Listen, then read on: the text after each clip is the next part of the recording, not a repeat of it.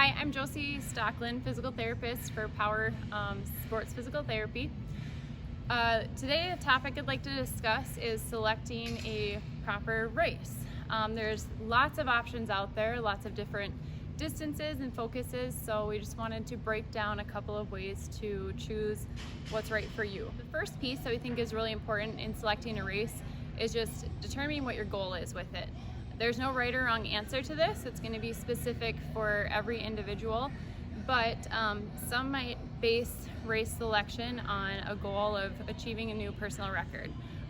If you want to have a PR, you probably need to look for courses that are known to be a little bit faster. Second goal might be to race a new distance or a new type of terrain. So if you really want to search out a trail race or reach that like half marathon or marathon distance, that's going to narrow down your selection pool. Or your third goal might just be to have kind of a runcation, kind of a destination race or something you can do and have fun with family and friends for. Second point to really think about once you've established what your goal is prioritizing another factor about the race. So certain races can actually be really expensive. You might want to consider the cost and determine if you are willing to enter a $200 race or if you want to stick to a closer, maybe more local, cheaper 5K, and a lot of times the money is going to be donated towards a certain charity or organization. So cost can be a factor. A big one for me is time of year. There's certain times where I don't mind training through the winter or the spring as much, but I think it's pretty tough to train hard all summer long in the heat. So I tend to train for later spring or earlier summer races, whereas some others might thrive in the summer and really shoot for more of a fall race. Third thing is location, and along with that kind of goes difficulty of the course and terrain. A lot of people and within the community, I know it's a kind of a big goal there's runners out there who will race a race in every state or kind of cover different territories.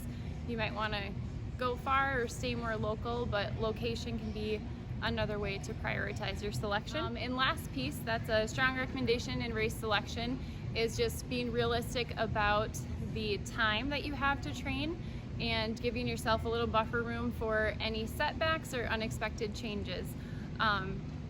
In terms of race training period, depending on the length of the race, you may need more or less time for that. I would say training plans could be as short as 6 weeks, but as long as up to 18 to 20 weeks to prepare for the longer races. So you really need to make sure that you have adequate time to get ready for that training period and not push anything and open up the possibility to injury. And just preparing that if unexpected weather changes happen that throw off a few of your runs, or any little niggles that could pop up in terms of pains or injuries, that you have given yourself a little time to adjust to those and still make it to the starting line successfully. Thank you.